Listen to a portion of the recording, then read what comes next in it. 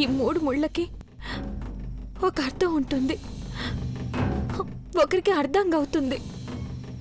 కానీ నా మెళ్ళో పడ్డ ఈ 3 ముళ్ళకి అర్థం ఏంటి స్వామి?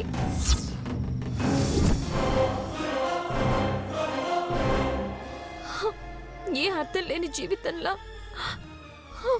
మిగిలిపోతుందని తెలిసి కూడా ఎందుకు ఈ 3 ముళ్ళు నా మెళ్ళో పడేలా చేశావు? ఇక చాలు ఈ భారం.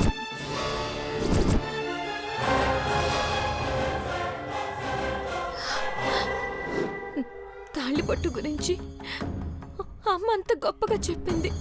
ఆ రోజు ముత్తైదువు కూడా ఇలాగే చెప్పింది.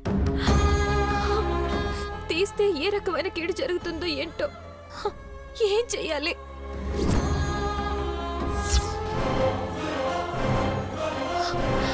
వద్దు,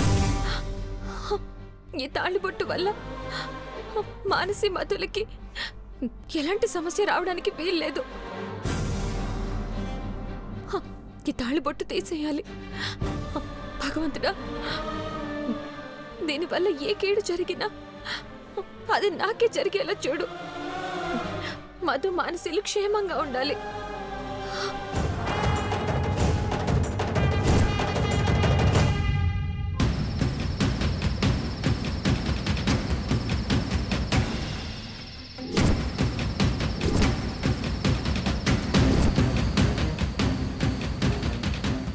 స్టోర్ రూమ్ లో ఏం చేస్తుంది?